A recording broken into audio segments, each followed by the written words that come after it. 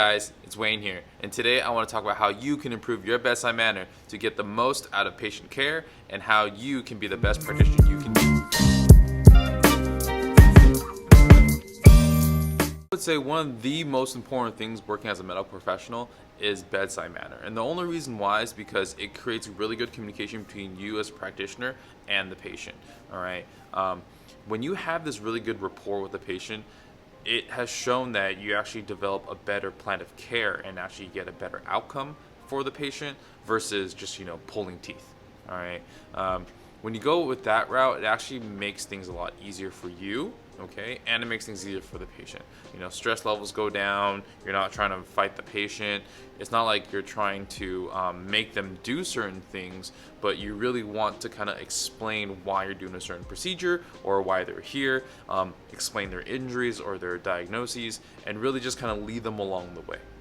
So the first thing I want to talk about, most important, first impressions do matter. All right, so when you walk inside the room, you want to make sure you feel confident, that you look at the patient in the eye, you look and you acknowledge the other anyone else that's in the room, right? You want to make sure that they feel welcome and they feel okay in that certain environment. Now, they're probably either in a skilled nursing facility, at the hospital. Let's say they're in this outpatient physical therapy clinic, right? And they've never been here before, never done any type of things like this. They're scared. They don't know what to expect. So you want to make sure that when you walk inside an examination room, that you can actually make them feel welcome rather than make them feel scared. Okay, now there is a thing in school that we learn is called white coat syndrome. So you'll see this more with doctors when patients go to a doctor's office and a doctor's wearing a white coat, right? And they just freeze. They have a list of questions they want to ask, but they just forget. So the doctor just goes on and on and on and on, and they don't really get the patient's history. Now, creating a good environment for a patient is key, right? If you can create a good environment, a good rapport with your patient, then the rehab process or even just the healing process for the patient psychologically is actually going to be a lot better. So after first impressions and when you enter the room, right, you really want to introduce yourself. So when I do things like this and when I have an examination or evaluation, I walk in and I say, "Hi, my name is Wayne. I'll be your physical therapist today. How are you doing?" Right? And then I'll kind of sit down and then, we'll go about the evaluation. Now, that leads on to our second point, which is being level with the patient. I know a lot of doctors, what happens when you go inside and the patient is sitting down on the table, the doctor will either stand or sit down. Most doctors that stand up, right, they're above the patient, and that gives just psychologically a more demeaning type of posture. So when you're going to a room, I usually like just pull up a stool or like a rolling chair. I'll pull it next to the patient and I'll sit next to them. We'll kind of go through the notes, right? And doing that really just kind of levels the playing field. No one is more so than the other, right? Everyone's on a level playing field because at the end of the day, we're there to kind of treat the patient. We're not there to demean the patient. I know there are times when you get really tough patients where they talk too much or they don't really understand what's going on, right? They're more worried about certain aspects, maybe COVID or whatever, but you really have to just calm them down so you can actually be on the same page, just so you guys have the same goal to rehabilitate the patient. So once you've entered the room and you've sat down and you've introduced yourself, right, you want to make sure that you can actually evaluate the patient.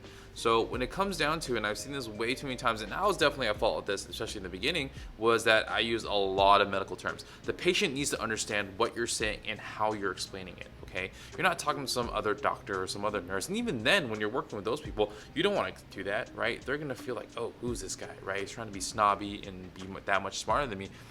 Just dumb it down, right? Make sure that the patient understands these things under layman terms. And if you have trouble with this, go in front of a mirror, choose a few diagnoses, and then just explain them to yourself in layman terms, all right? One of the best tools I use is just use my phone or any other pictures I have in the clinic, and I'll just pull up a video, right?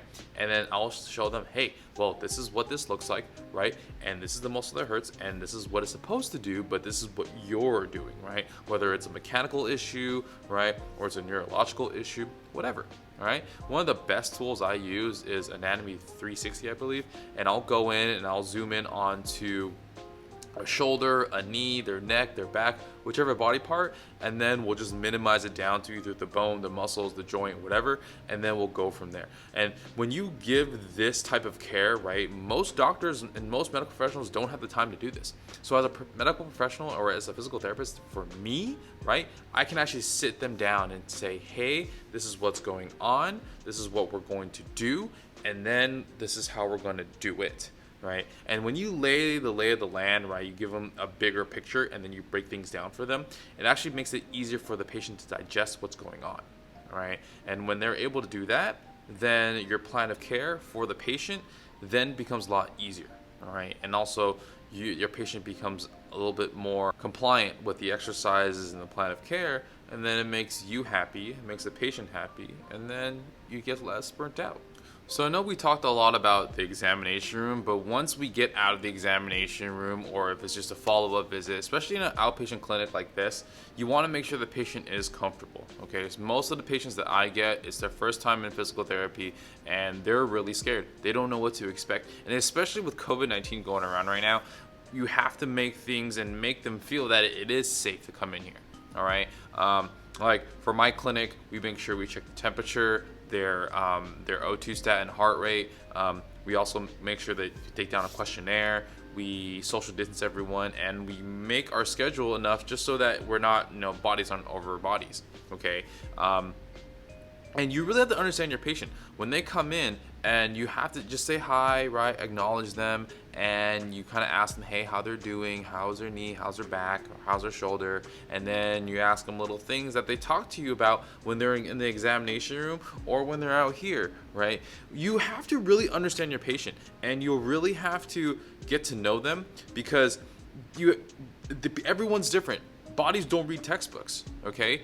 Understanding the body and understanding them is how you give the best plan of care for your patient. If you don't, then you failed your patient in total, right? The other part is making sure that you tailor the patient's plan of care to them, right? Every patient has a different goal. Some patients are about the same thing, where they just want to get back to gardening or doing their daily or ADLs, right? And if they can't even do that, right, then, or if you haven't created a plan of care for them that allows them to do that, then what's the point? Okay, you're just getting them back out into the street and doing what? Okay, so a lot of times understanding the patient and making sure that your plan of care is goal oriented for the patient is also a really good bedside manner to have. So having good bedside manner really does make a world of a difference. Okay, I know that there's hard patients out there, and they do talk a lot, and there's really, really needy patients, and I could just be more biased because I come from an outpatient clinic, right? And this is where I've been working, and this is where I love to do for the past, 2-3 years. Okay, the thing is, all right, we are in a service-based career.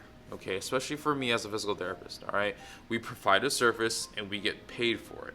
All right, and for a cash-based clinic that other people have, right, it's the same thing. You provide a service and you get paid for it. Okay, how good of a service you give, right, also depends on your bedside manner, right? People are willing to pay more for good customer service, and good customer service doesn't just mean the good result. Okay, it's a journey along the way. Okay, if you create a good journey and a comfortable journey that gets them to their end goal and they actually enjoy the process, that makes you a really, really good provider, but it also creates lifestyle change that can carry on even past the clinic. All right, so just some few things to kind of think about when you're thinking about bedside manner.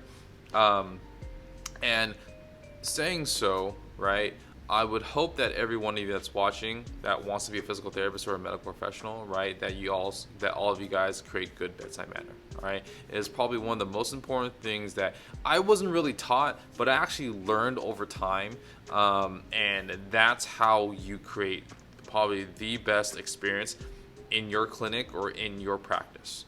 All right, so for those that have liked what you guys saw today, please like and subscribe. And if you guys have any questions, or if you guys kind of want to ask me anything else, just drop a comment down below, and then I'll reply to you guys. All right.